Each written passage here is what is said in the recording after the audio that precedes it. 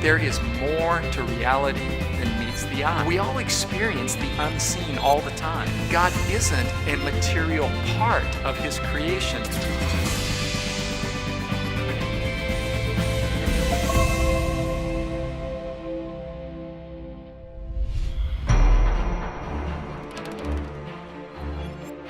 Back in 1961, the Russian cosmonaut Yuri Gagarin became the first human being to travel into space. What an incredible experience it must have been.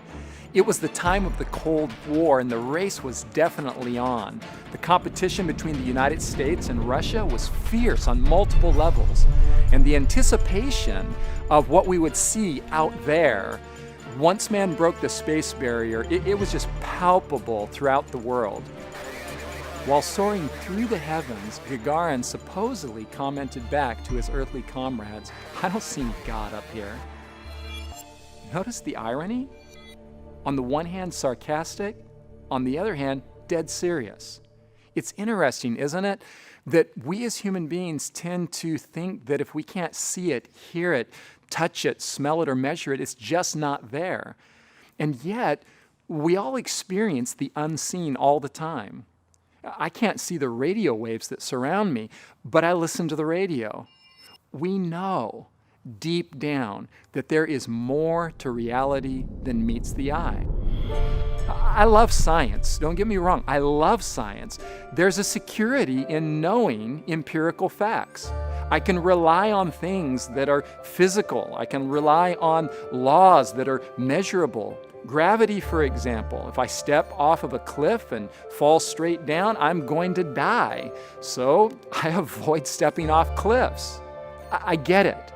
But science offers me an extremely helpful grasp of the material world. At the same time, I need to understand that its reliability has its limits. From that premise that the material universe is all there is, comes the illogical leap that since we've explored the universe by spacecraft and telescope, and God hasn't turned up, well then, He just doesn't exist. Really? Here's the simple point that Yuri Gagarin missed. If God does exist, we're sure not going to find Him as a material, physical entity floating around in the universe or hiding behind some distant nebula. To quote Jesus, God is a spirit. In other words, God isn't a material part of His creation to be observed by microscope or through telescope. Think of it like this. If we represent the whole created cosmos with a circle containing all time, space, and matter, and then we ask the question, where is God to be found in the circle? The obvious answer is nowhere. Nowhere, that is, as a material being or substance.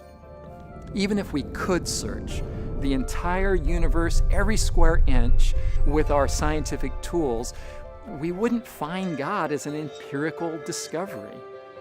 The Bible poses a very interesting rhetorical question. Can you, by searching, find out God? The obviously implied answer is no, not by physically searching at least. What I'm suggesting is that the answer lies somewhere else entirely, in the signature.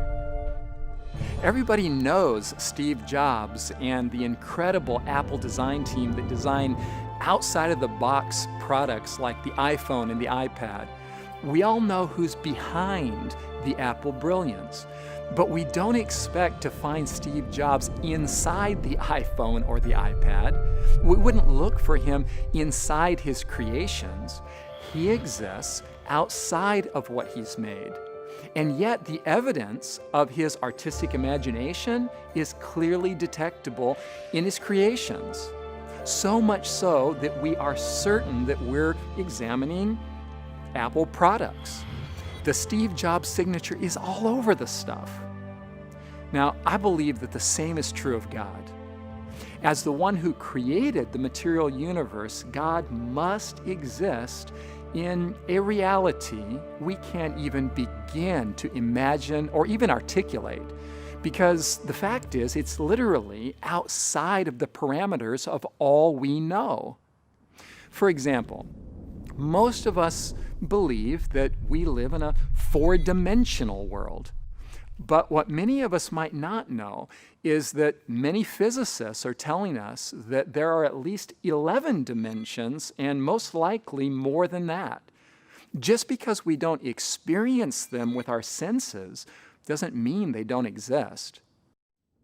So it's really quite simplistic if you think about it, to say that we've searched the universe and God just isn't there. Of course He's not there. He made it. He transcends it. And yet, He is there. God is knowable. As the author and cosmic artist, His signature is on everything that's beautiful and good. God is discernible in the form of design features, both in the world that surrounds us and even within our own natures. Outside of ourselves, in the observable creation, we find beauty and mathematical precision that just takes our breath away. But even more than that, we all have a desire for a kind of love, a quality of love that finds no perfectly satisfying match in this world. The signature of an infinitely beautiful designer is all over the universe. Bottom line, the scientist in me will never find God beyond all shadow of a doubt. But the person longing for love, that person will.